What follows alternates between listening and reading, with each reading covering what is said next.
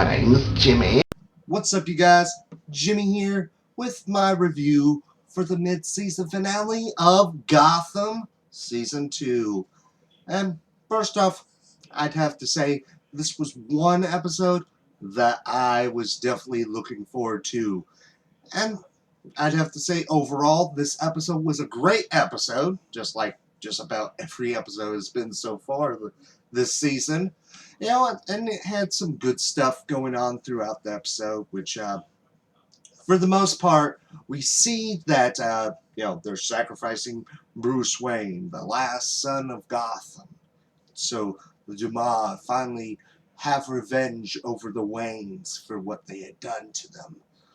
But things I really liked from the episode, first would have to be the little conversation between Silver and Bruce, which she was being forced to make Bruce fall for her again.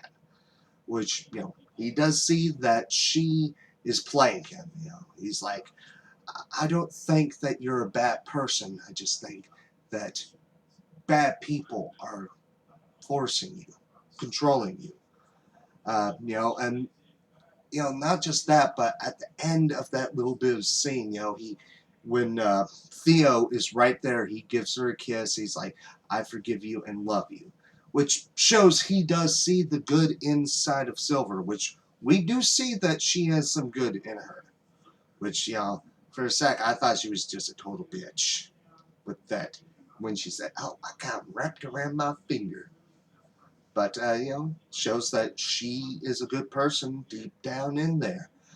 But another one of the things, actually something mentioned in this episode, which we saw Leslie Tompkins tell that she is pregnant. Which, the funny thing is that the actor Morena Baccarin and Ben McKenzie are having a baby. Which I thought that was nice to see finally kind of announced in the show itself. Because this is not the first time I've seen two characters from my show have a baby for real and they just somehow fit into the show. Which I'd say it probably makes things a lot easier because, how you would explain a big belly all of a sudden? She just been eating a lot of snacks. But, it was nice to see in this episode. A thing that I thought was kind of funny in this episode, in Alfred's little scene at the start of the episode, which he's kind of running from Tabitha, he's in the dump. But when he goes and tries to get a vehicle, a cop tases him right in the face. Which, I'm laughing, but if that was real, that would hurt like a son of a bitch. I'm just saying. It was kind of funny to see in this episode itself. But by the end of the episode, you do see that Jim and Penguin both kill Theo Gallivan. So now he's dead, But that's not it for the episode. You actually see him at the final scene, one of the final scenes from the episode. You see him wheeled into that same lab underneath Arkham that we had previously seen Firefly also shown through. And we see that he has an umbrella stuck down his throat, which I actually believe that this could be foreshadowing of the Court of Owls, which for a sec I was kind of being sucked into that the Order of the Saint Dumas was the Court of Owls. But seeing that, and I believe that Theo, we are going to see him return. But he's not just going to be Theo Gallivan. He's going to be a Talon, which was one of the assassins for the Court of Owls from the comic books.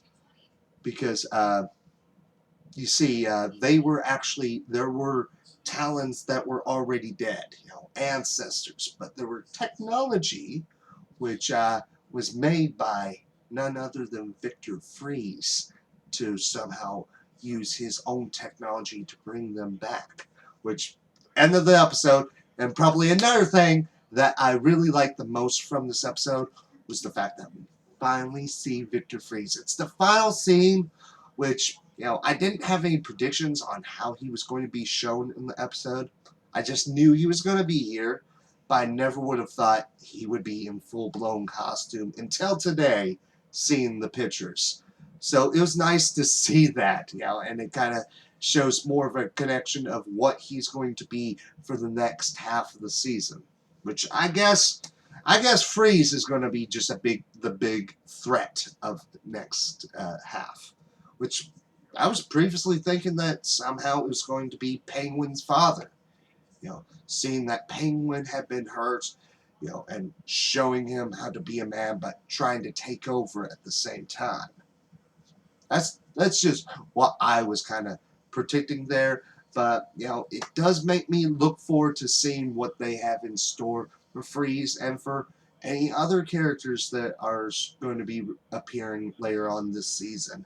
Which another one I've been hearing is Hugo Strange, which they've already casted, and even that actor showed off some different looks for the character. Which I'm crossing my fingers, and hoping that they're going with the look from the comics, because that looks the best. But that's pretty much my thoughts on the episode. Actually, during the mid-season finale, we saw a little bit of a preview of Batman v Superman, which we see Batman, in that sort of desert. It's kind of like a reference to Batman by Gaslight costume, which we see him locked up and kind of chained up by some people that kind of follow Superman like he's a religion, and you see him coming in with a freaking angry face, taking off Batman's mask. So, I mean, I'm not questioning why. It just I just wanted to hear more about that. But it's something that's going to make me look forward to the movie that much more, because I'm kind of wondering what causes this thing to exactly happen. Because I'm not going to speculate on why Superman's mad at Batman, or why people are following him like a religion. Because I honestly always see Superman like saying no, I'm a person. But it was nice to see in Gotham. Kind of helped it probably a little bit. But that's pretty much my entire thoughts on the episode. Let me know yours down in the comments below, as well as any predictions you have for when the show returns, which I believe it is late February when it returns. I believe the 29th, which is the final day in February. So we wait a month longer for a new episode, because I believe first season we only waited until some point in January. So definitely got a longer wait. But hey, no problem with me, because starting the first Monday in January, I'll be having my show Teen Wolf return. So it's a win for me. So let me know your thoughts as well as predictions, and you can check out my past reviews on the show, as well as reviews for The Flash and Arrow, which definitely check out this week with the crossover event going on. So excited for this, as well as DC's Legends of Tomorrow starting next month, because I am totally excited for this. And as always, my name is Jimmy, and until next time, bye.